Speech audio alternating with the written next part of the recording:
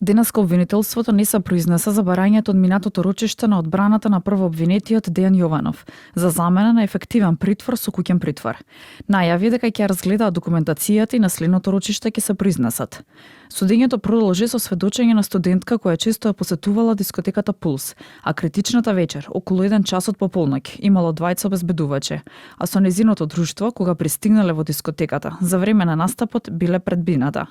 Кога избил пожарот, на почеток никој не сватил дека ситуацијата е сериозна. Потоа кога сите се упатувале кон излезот, настанала гужва и таа посочи дека обезбедувачот Стојанчо ја извлекол надвор, а потоа ги чекала родителите да дојдат по неа.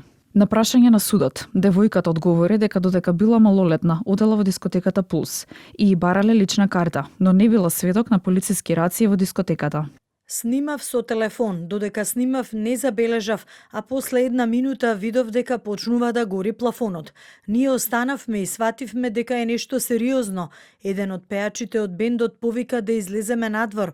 Кога одевме кај излезот беше тешко. Останав во меѓупросторот каде што се продаваа картите. Се најдов во гужвата, во лежечка положба и безпомошна. Тешко дишев. Досега не сум почувствувала таков мирис. Мирисаше на нешто кисело. Дел од сведоците, како што извести судот, не се достапни за органите на прогонот. Судскиот процес го води судиката Дијана Груевски-Илиевска, а следното рочиште е закажано за следната недела.